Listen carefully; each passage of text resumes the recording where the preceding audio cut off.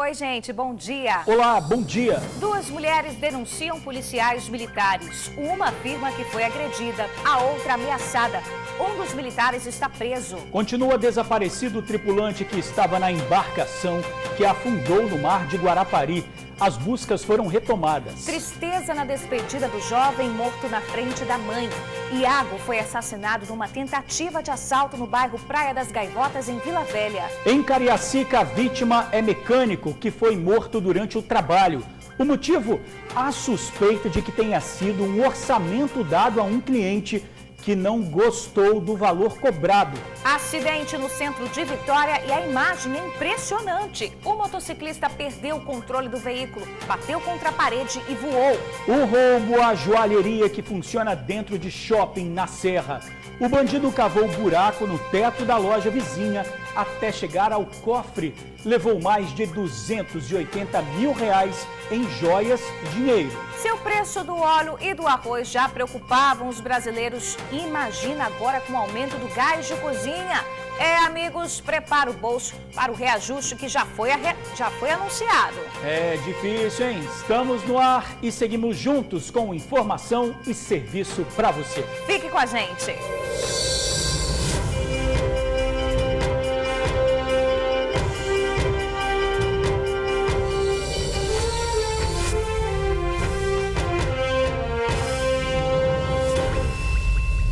Tribuna Notícias de volta, agora 12h43, e a gente começa o jornal falando do assassinato de um jovem que levava a mãe para uma vaga de emprego. Iago trabalhava como motoboy e conseguiu a oportunidade de copeira para a mãe dele, mas foi assassinado no meio do caminho. Bruno. Muito triste essa história, gente. O crime aconteceu em Vila Velha. De acordo com parentes, Iago era um jovem batalhador. Começou a trabalhar com bicicleta e comprou a moto. Depois de atirar na vítima, o criminoso fugiu sem levar o veículo. Amigos e familiares foram ao velório de Iago Rangel Marinho, que aconteceu hoje pela manhã na Capela do Ibis, em Vila Velha. O jovem, de 22 anos, tinha ido buscar a mãe em casa para um exame admissional de um emprego que ele havia conseguido para ela, de copeira. Quando saíram de casa, no bairro Praia das Gaivotas, em Vila Velha, mãe e filho foram surpreendidos por um bandido armado que chegou a pé. Ainda muito chocada em ter presenciado o assassinato do filho, a mãe não tem condições de dar entrevista e mal consegue conversar com os próprios familiares. Ela contou apenas que já estava na garupa do filho quando o bandido chegou, gritando: "Perdeu, perdeu".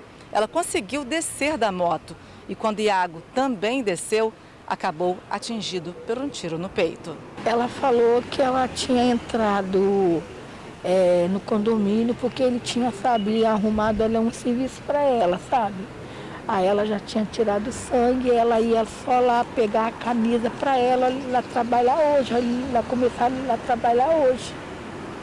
Aí nisso ele ficou meia hora sentado lá na calçada esperando por ela. Assim que ele subiu na moto junto com ela, o cara pegou, chegou. Aí falou, perdeu.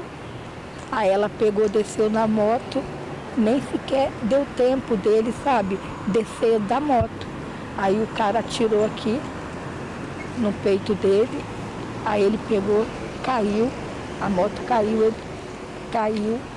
Aí ela tentou, ela correu um pouquinho mais, na mesma hora ela voltou, ela pegou, voltou. Aí ela se culpando, falando chamando, e aí ele bem assim, mãe, eu acho que eu tomei um tiro. E aí o olho dele foi, apagando, aí depois fechou direto. Parentes de Iago lembram de um jovem alegre e batalhador. Iago começou a trabalhar mais jovem para um aplicativo e entregava os pedidos de comida nessa bicicleta. Há poucos meses, financiou a moto e trabalhava como motoboy. Para a amiga, uma juventude interrompida pela violência. Iago foi morto às 11 horas da manhã desta terça-feira. O criminoso fugiu sem levar a moto da vítima. Um menino amável, alegre, feliz, trabalhador, digno e honesto. Sempre foi. Eu amo ele como fosse um filho meu. Você conheceu ele desde pequeno? Desde pequeno. Nunca nunca fez nada de errado, nunca. A polícia já avalia as imagens gravadas pelas câmeras de uma casa que fica na rua onde aconteceu o crime. A família aguarda a prisão do atirador. E em meio à tristeza de uma morte tão precoce, ficam as boas lembranças. Ele era um sobrinho bom, trabalhador, ajudava a mãe. Nossa, ajudava ele em tudo. Fazia feira, qualquer coisa eu pedia para ele, sabe? Ele ia lá, fazia. Ele era um menino calmo, tranquilo, olha, trabalhador. Já trabalhava à noite de motoboy. Ele não tem nada assim de ruim que eu possa falar dele. Não dá pra gente, sabe, acreditar. Olha, o enterro de Iago vai ser no cemitério de Santa Inês, em Vila Velha, à 13h. A Polícia Civil disse que o caso foi registrado inicialmente como latrocínio e segue sob investigação do Departamento Especializado de Investigações Criminais. Até o momento, nenhum suspeito foi detido e outras informações não serão repassadas para que a apuração dos fatos seja preservada. Quem tiver alguma informação, ligue para o Disque Denúncia 181. E continuam as buscas ao tripulante que desapareceu no mar de Guarapari. A embarcação afundou. As informações com o repórter Vitor Zucolotti. Olá, Vitor, bom dia.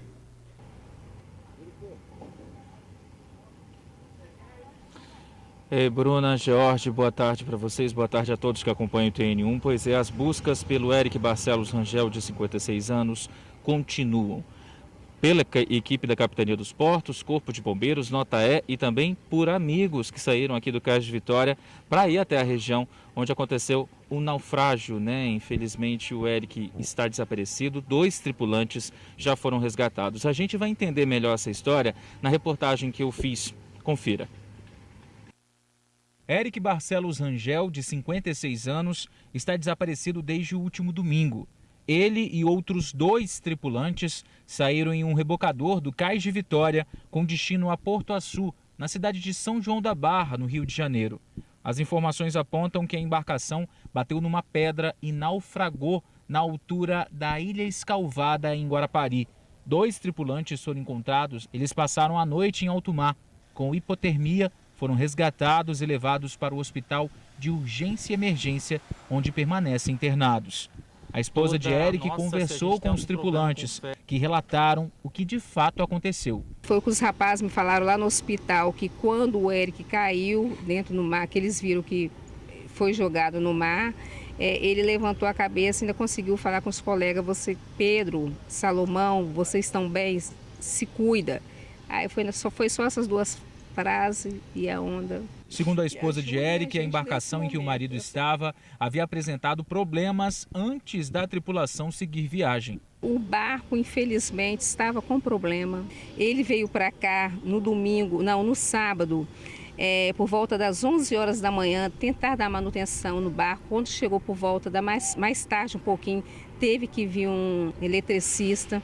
Eric Barcelos Rangel ainda tem 4 filhos. A esposa mantém a esperança de encontrá-lo com vida. A minha esperança é que ele está de colete.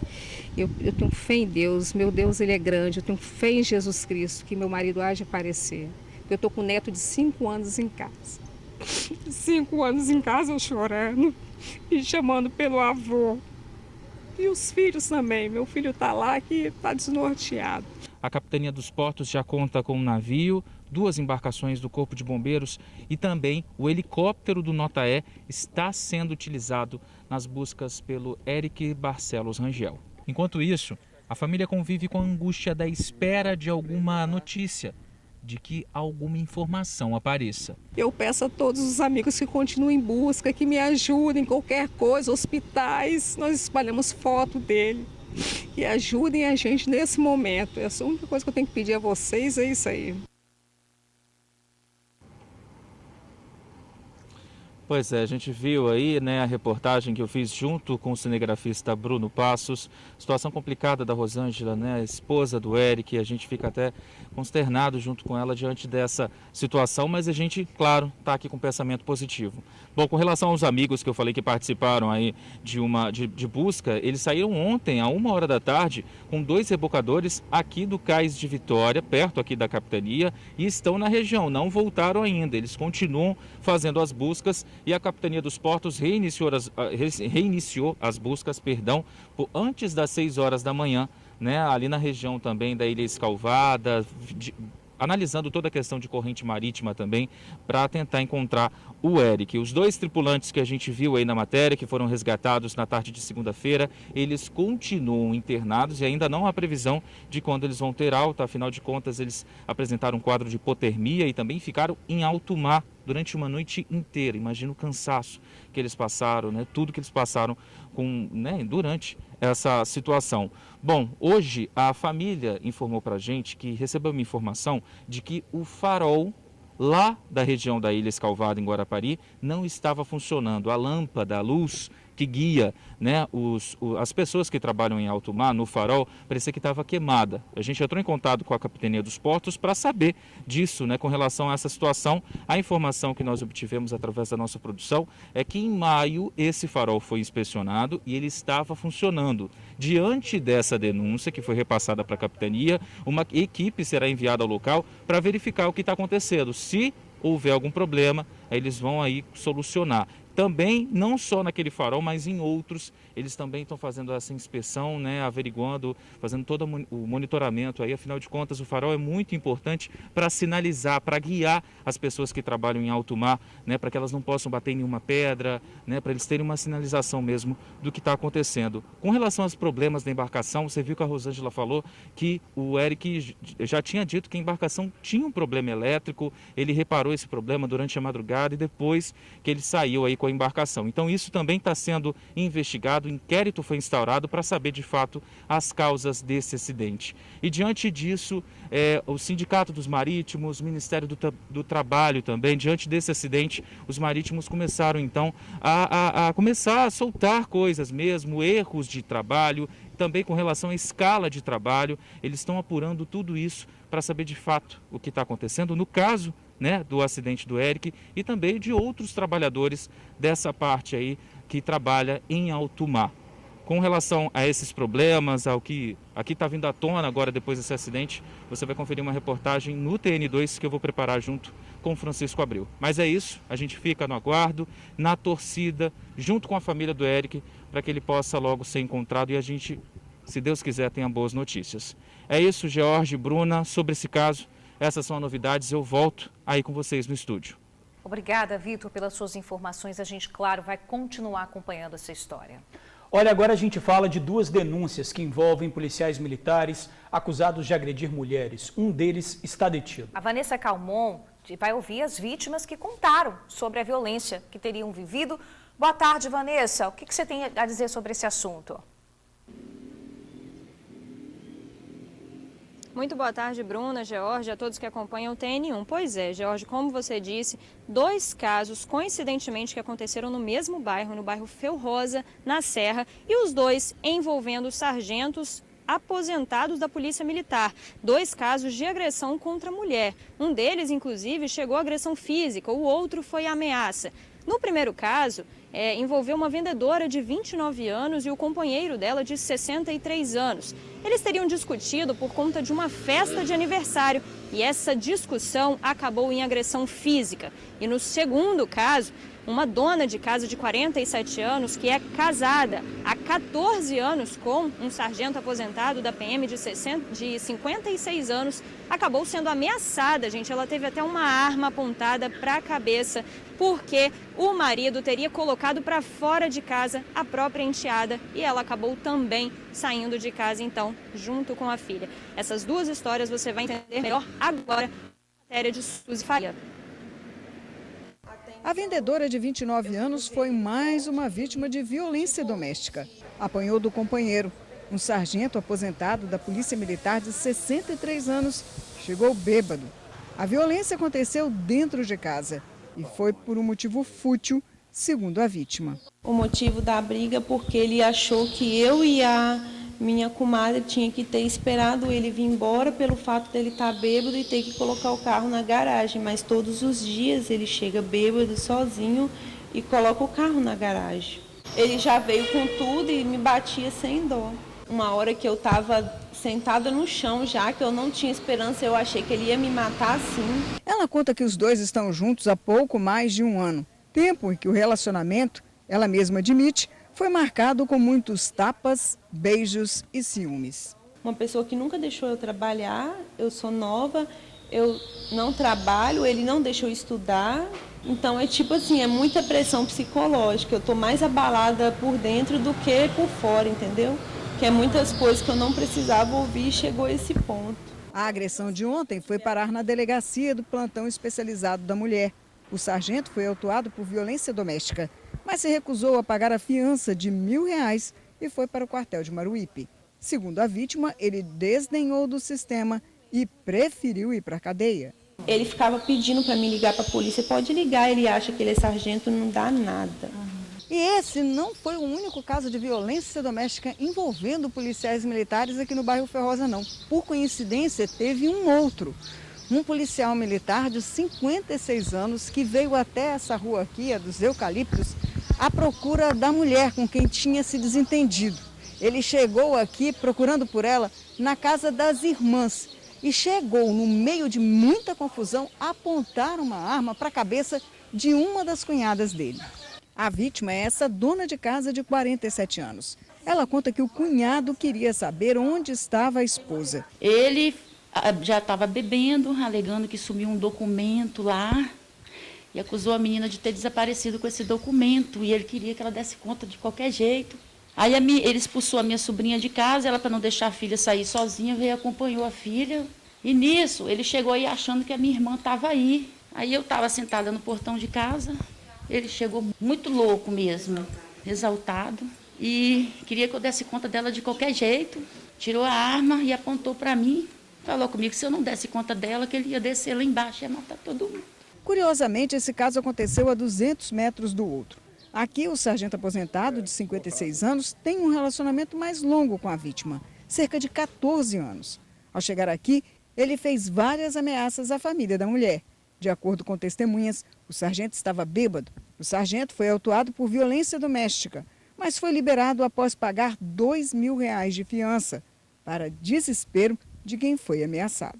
O sargento, de acordo com as cunhadas, chegou a mandar áudio com ameaças de dentro da delegacia, inclusive com muitos palavrões. Vai vir aqui me defender não, sua d****. Você e sua filha, tá? Acabou, Bel. Não quero saber de você mais não, sua d****. O mais triste é que a família sabe que, neste caso, é a vítima que não quer pôr um ponto final nesse relacionamento abusivo. Todas as vezes é o mesmo problema, ela não dá continuidade. Começa, pede medida protetiva, antes que a medida chegue até ela, ela vai lá e arquiva e volta para ele. Se ela tivesse dado fim nesse relacionamento há muitos anos, são 14 anos, a gente não estava vivendo mais esse terror todo.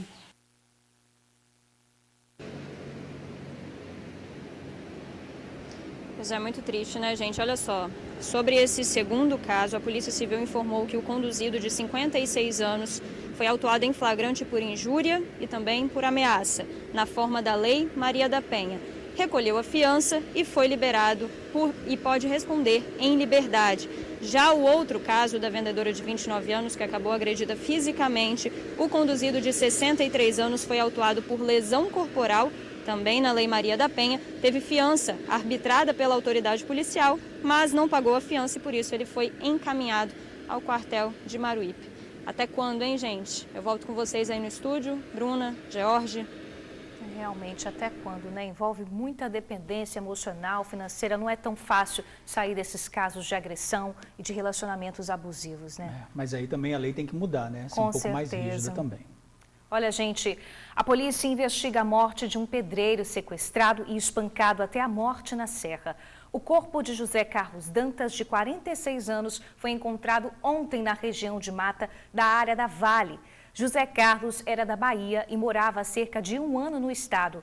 De acordo com familiares, ele teve a casa arrombada na noite anterior por um grupo de pessoas que estava à procura de uma mulher com quem ele já teve um relacionamento. Ele foi agredido com pedaços de pau, pedras e até ferro. Depois de arrastado e espancado, o corpo foi abandonado na área de mata.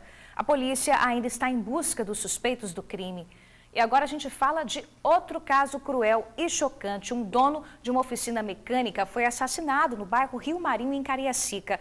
Ele consertava um veículo quando foi baleado. A morte pode ter sido motivada por um orçamento dado a um cliente que não gostou do valor cobrado. Olha só essa situação. Eles discutiram horas antes do crime. A vítima, um mecânico de 55 anos, estava trabalhando na própria oficina quando foi morto a tiros. O senhor era Ailton Mendes da Silva, dono da oficina que fica no bairro Rio Marinho, em Cariacica, há mais de 20 anos. Era por volta de 3h30 da tarde. Ele estava consertando um carro quando foi baleado por 2 disparos. Testemunhas contaram que os 2 criminosos chegaram de moto aqui no local e efetuaram os disparos. A vítima ainda tentou correr para dentro da oficina, mas acabou sendo baleada. Na hora do crime, uma viatura da Polícia Militar passou aqui na entrada da rua. Então os bandidos jogaram a arma fora aqui neste terreno, que fica bem em frente à oficina, e fugiram. Os policiais foram atrás dos bandidos, mas eles conseguiram despistar a polícia. E olha só que ousadia. Os 2 criminosos voltaram aqui no local do crime, pegaram a arma que estava aqui no terreno e foram embora mais uma vez. A Polícia Civil esteve no local para investigar o crime e descobriu que na manhã de terça-feira o mecânico tinha discutido com um cliente por causa do preço cobrado por um serviço. Ailton teria batido boca com esse homem que deixou o local muito nervoso. Agora, só a investigação pode apontar se a discussão foi o que causou a morte do trabalhador. Ailton era muito querido na região, deixou 4 filhos e esposa. Que crueldade, meu Deus. A Polícia Civil informou que o caso foi registrado inicialmente como latrocínio e segue sob investigação do Departamento Especializado de Investigações Criminais. Até o momento, nenhum suspeito foi detido. Na Serra, uma joalheria dentro de um shopping foi alvo de bandidos. Mais de R$280 mil em dinheiro e joias foram furtados. As imagens mostram o criminoso descendo por um buraco até chegar à loja. Ele abre o espaço no teto do estabelecimento vizinho para ter acesso à joalheria. Veja que ele se apoia numa pia, usa a lanterna e chega onde queria, o cofre. O ladrão roubou mais de R$280 mil em joias e dinheiro. O crime só foi descoberto hoje cedo. A joalheria fica num shopping no bairro Colina de Laranjeiras. A empresária conta que os criminosos esperaram a loja fechar para agir. Nenhum segurança percebeu a ação. A dona da loja disse ainda que o seguro não cobre nem 1/3 do prejuízo. Ela espera que os criminosos sejam encontrados. A administração do shopping informou que já acionou a polícia para investigar o caso. Vai ser enterrado hoje à tarde o empresário que morreu queimado enquanto dirigia. O carro explodiu ainda em movimento. Vamos chamar novamente o repórter Vitor Zucolotti, que relembra esse caso chocante. Olá, Vitor, voltamos com você. Boa tarde. É isso mesmo, Bruna, George, o pessoal que está em casa. O exame da carga dentária foi conclusivo e o corpo do Ricardo Portugal, de 38 anos, vai ser enterrado hoje à tarde no cemitério aqui do bairro Santa Lúcia, que fica na capital. Como você falou, Bruna, um caso chocante que chamou muito a atenção por conta do que aconteceu.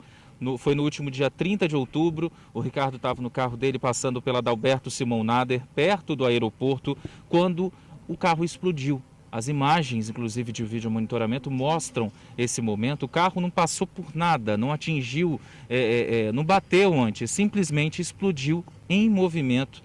É claro, isso chamou bastante atenção, mas o pior ainda foi a sequência, né? Em seguida, os moradores, comerciantes da região ali da Adalberto Simonado, próxima da Adalberto Simonado, tentando de alguma forma salvar o Ricardo, tentavam tirar ele dentro do carro, ele preso ao cinto de segurança, muita gente, morador, tentando fazer alguma coisa, tentando apagar o fogo, mas infelizmente o Ricardo não conseguiu ser salvo, não conseguiu sair do carro, infelizmente aconteceu o que aconteceu, né? Um caso chocante mesmo, todo mundo ficou chocado com as imagens, com toda essa situação.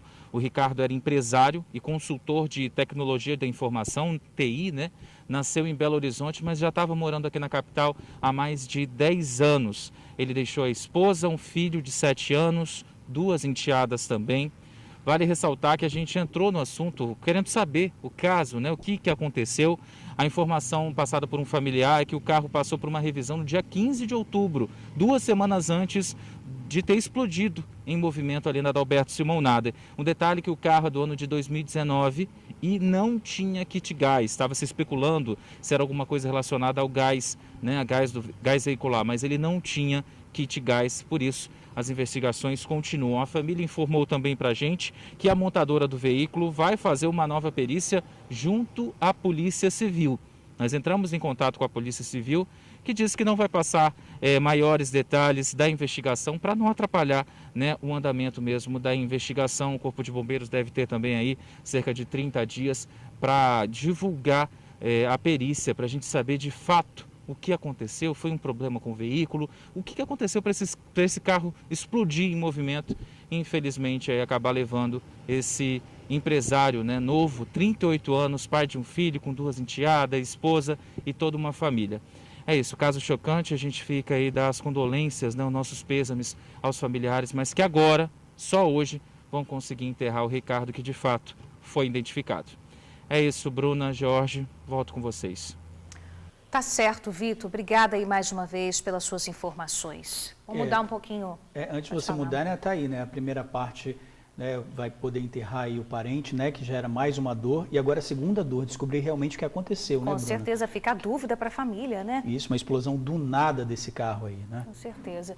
Gente, em tempos de coronavírus, muita gente perdeu o emprego ou teve a jornada de trabalho reduzida. E aí o caminho foi encontrar uma nova profissão.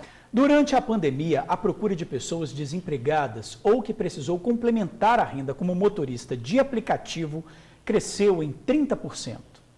O Diego é cozinheiro por formação, mas na pandemia ficou desempregado. A solução para manter o sustento da família foi se tornar motorista de aplicativo.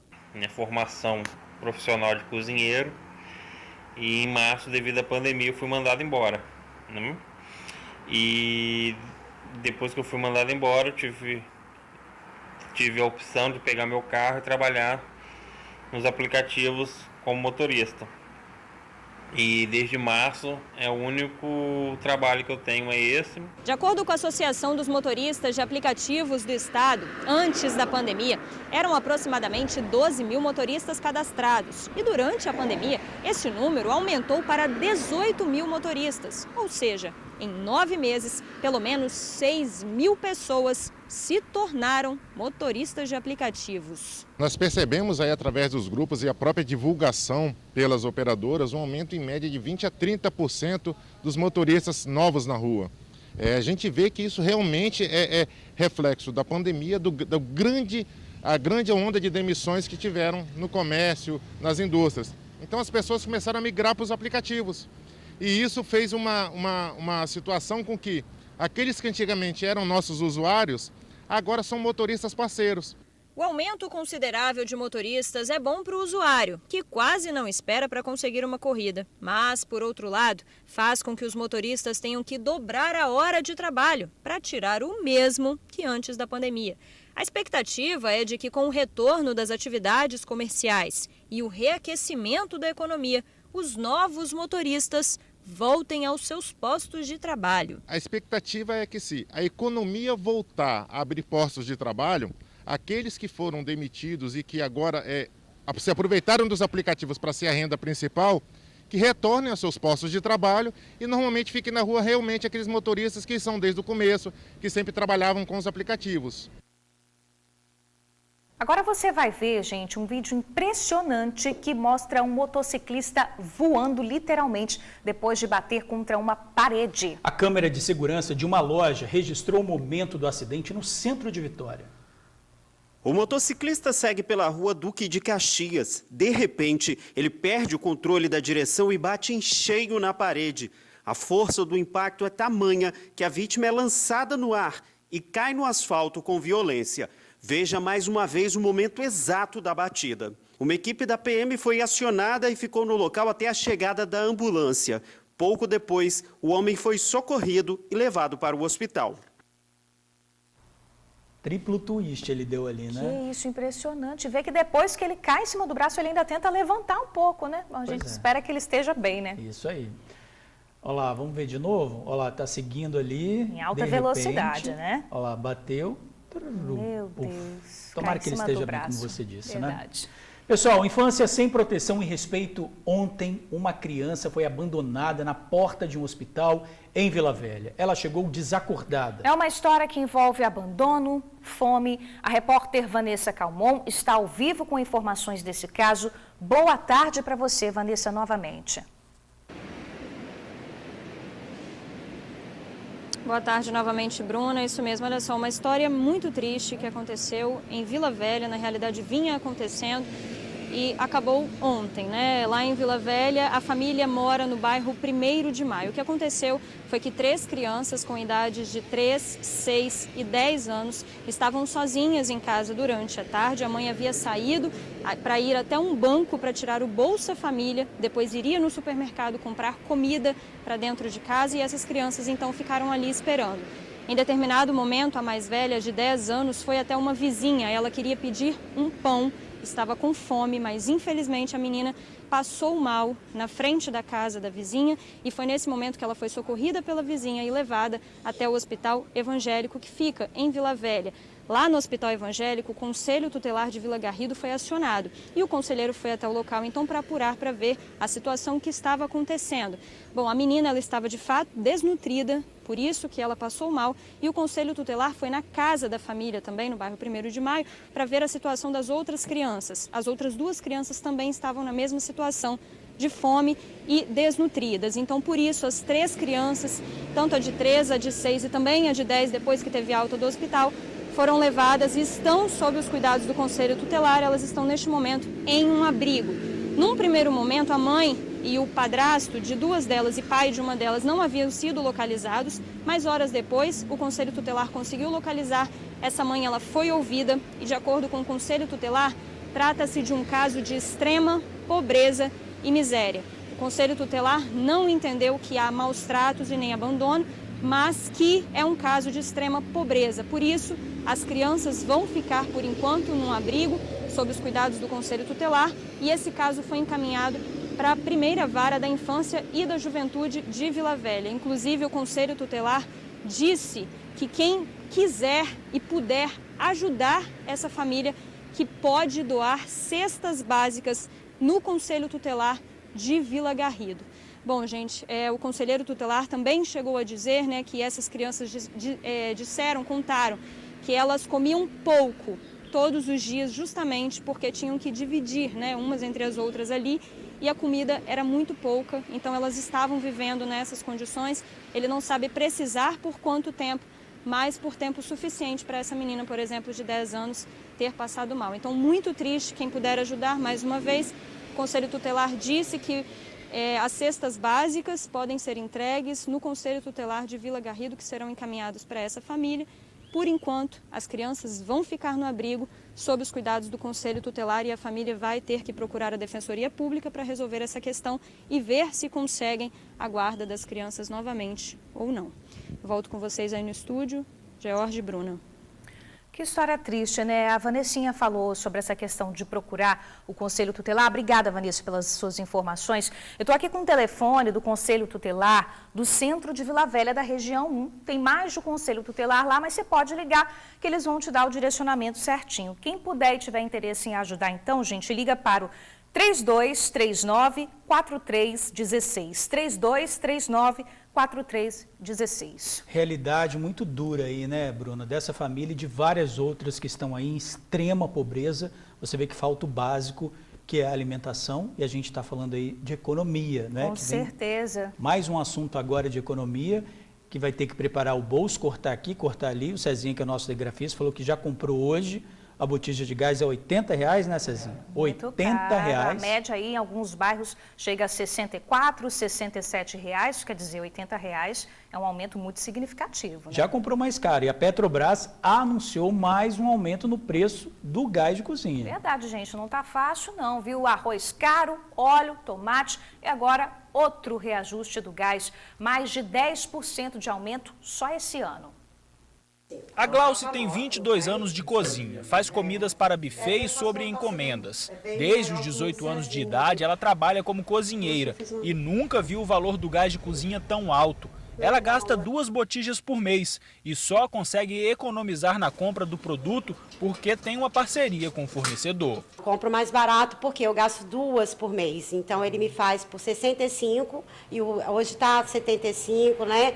Tem até 77 eu já vi. Mesmo pagando um pouco mais barato do que o normal, ela sentiu o aumento no bolso e precisou modificar o cardápio dos clientes. Antes de eu fazer o cardápio, eu via promoções, porque para não atingir no bolso do cliente, aí eu ia assim, então eu vou na promoção e depois eu passo o cardápio, entendeu? Só neste ano o valor do gás de cozinha já subiu 8 vezes. Lá em janeiro, a botija chegava na casa dos consumidores por cerca de R$55. Agora, dependendo da região, o valor pode chegar até R$80. Mais uma vez, fomos surpreendidos pelo 8º aumento, agora no final do mês. E estamos considerando já uma previsão de novembro, dezembro, também tem mais aumento. A alegação é essa que o dólar está subindo muito. Há umas semanas atrás aí, o dólar chegou quase a R$6, entendeu? E a gente se depara com essas surpresas, entendeu? E o consumidor, às vezes, ele não entende que é a Petrobras que está aumentando. Juntando todos os reajustes de 2020, o preço do gás de cozinha já cresceu 10,5% no ano. E a notícia que chega ao Sindicato dos Revendedores não é nada animadora. Vem mais aumento por aí. A gente sempre está sendo pego de surpresa com esses aumentos. Que para mim, entendeu? Eu acho que já dá um basta. E aí nós estamos esperando novembro e dezembro mais aumento. Que acredito que vai ficar em torno de R$85 a R$95 o gás de cozinha até no final do ano. O jeito para a dona Glauce vai ser continuar se reinventando. Tem que se reinventar. Na cozinha, assim, é coisa boa porque você for criativo, dá para você fazer um produto de qualidade, barato e agradando e passando por a loucura que a gente está passando aí. Muita loucura, né? Olha só a fila que se formou lá em São Mateus por causa de uma promoção de botija de gás. O morador registrou a fila que se formou ao longo dessa avenida aí, ó. Com o anúncio de aumento, muita gente procurou a revendedora para antecipar a compra aí antes do reajuste anunciado pela Petrobras. Nessa distribuidora, a botija estava sendo vendida por cerca de R$68. Com o novo aumento, o preço pode chegar a R$80, mas, como a gente disse, né, já tem gente comprando aí a botija a esse preço médio hoje, Bruno. Verdade, já está reajustado em alguns lugares, gente. Acredite se quiser, os aumentos ainda não param por aí. No início de dezembro tem reajuste previsto na conta de água. Moradores de 53 municípios capixabas terão esse aumento, entre eles a Grande Vitória. A população terá que pagar 2,97% a mais na conta. Preparar o bolso, então. E a seguir, chefe de tráfico de drogas em 1º de Maio, Vila Velha, é preso com 2 quilos de cocaína. Van dos Correios é recuperado em Cariacica. O veículo foi roubado quando transportava várias encomendas. Aguarde, o nosso retorno é rapidinho. TN1 de volta, está na cadeia o gerente do tráfico de drogas do bairro 1º de Maio, em Vila Velha. Ele foi preso em casa com quase 2 quilos de cocaína pura. Esse aí, saindo da viatura, é um traficante de 30 anos. Ele estava com quase 2 quilos de cocaína pura, além de balança de precisão e material para embalo de entorpecentes. Ele foi preso no início da noite desta terça-feira. O bandido disse para os militares que tinha acabado de assumir a gerência do tráfico de drogas no bairro 1º de Maio, em Vila Velha. Ele tem passagem por 180, né, que é a receptação. E ao perguntar lá hoje também, ele falou que tinha acabado de assumir a gerência do tráfico no local. Que ele estaria aí para gerenciar. E que era conhecido da organização, por estar sempre ali comercializando os entorpecentes. O traficante foi preso durante um patrulhamento de rotina da Força Tática no bairro. Os militares viram vários suspeitos num beco onde acontece intenso tráfico de drogas. Todos eles correram para tentar fugir da polícia, mas o gerente acabou capturado dentro de uma casa. Perguntaram a ele o que havia na mochila. Ele informou que havia diversos pinos, que após os militares pegarem, verificou que havia 182 pinos de cocaína. E perguntaram o que mais de ilícito haveria lá. Ele informou que dentro da residência teria mais aproximadamente 1,6 kg de cocaína pura, que estava no local, que ele iria arremessar, mas devido à guarnição ter chegado, não teve tempo de dispensar. De acordo com os militares, o local funcionava de base para o tráfico. Sobre a cocaína pura, a polícia afirma que ela representa apenas 1% da substância que é comercializada com os usuários, fazendo com que a apreensão cause um grande impacto financeiro no tráfico local. Segundo informado, essa cocaína pura ele usa somente 1% ali na mistura deles, outros 99% é de outras substâncias que ele usa no seu preparo. Um grande baque para o tráfico lá, que eles perderam ali, não dá para mensurar aqui aproximadamente o valor, mas é um grande aperto para eles lá. Uma van dos Correios que havia sido roubada foi recuperada em Cariacica. O veículo transportava cerca de 50 encomendas que foi encontrado pela polícia no bairro Porto de Santana. A van tinha sido levada por criminosos armados que chegaram em um carro roubado. O veículo em que os bandidos estavam foi abandonado e a van levada. Segundo a PM, a maior parte da carga tinha sido roubada e nenhum suspeito foi localizado. A ocorrência foi encaminhada para a Polícia Federal. Corajosos, hein, Bruna? Pois é. Bom, vamos ver alguns destaques do jornal A Tribuna de hoje. Olha só essa notícia muito interessante, ó. Aprovado spray nasal contra depressão. A Anvisa liberou o produto no Brasil para pacientes de casos graves ou frequentes que não tiveram melhora ao usar outros tratamentos. Poxa, bacana, né? Muito interessante, bom. Pode ser uma alternativa. E olha, em Vila Velha, uma escola particular teve que suspender as aulas presenciais porque professores apresentaram sintomas de coronavírus. 4 profissionais apresentaram sintomas de gripe. Com isso, os alunos vão ter atividades remotas até o próximo dia 13. Tem que ficar atento aí, pais, alunos, né? E todas as escolas. Esses e outros destaques no Jornal A Tribuna de hoje. Quarta-feira, 4 de novembro. Empresária é dopada e tem carro roubado após cair no golpe do amor.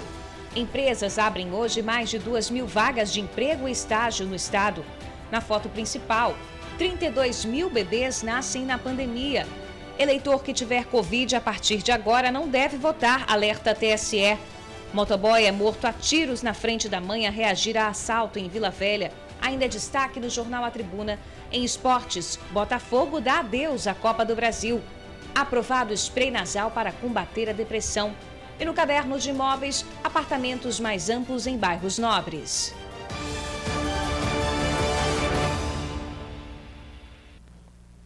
Morreu o caminhoneiro que teve mais de 40% do corpo queimado em Guarapari. Antônio Valdir Bold, de 66 anos, estava internado no Hospital Jaime Santos Neves, na Serra, desde o dia 4 de outubro, após o apartamento onde morava pegar fogo. Segundo a família, ele estava dormindo no momento do incêndio e só acordou após inalar muita fumaça. O fogo atingiu principalmente o rosto do caminhoneiro. Ele também foi dono de um tradicional bar no centro de Guarapari, um dos mais famosos na década de 90. Após fechar o bar, virou caminhoneiro. O assunto agora é o coronavírus aqui no Espírito Santo. Nas últimas 24 horas, foram 1.069 novos casos. 13 pessoas morreram.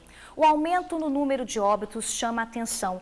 Os registros de casos aumentaram em mais de 1000% nos últimos 2 dias. Na atualização da última segunda-feira, apenas uma morte havia sido registrada. No total, são 157.750 casos confirmados. O número de curados é 145.369. O de óbitos, 3.876.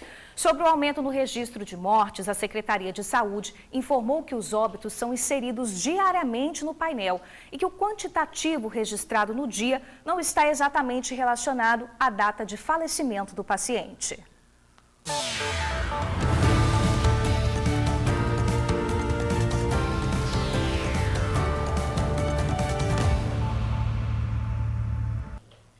Vamos ver a agenda dos candidatos para a Prefeitura de Vitória para agora à tarde e à noite. Capitão Assunção do Patriota, caminhada no comércio de Jardim da Penha. Bandeiraço na orla de Camburi, em frente ao Clube dos Oficiais.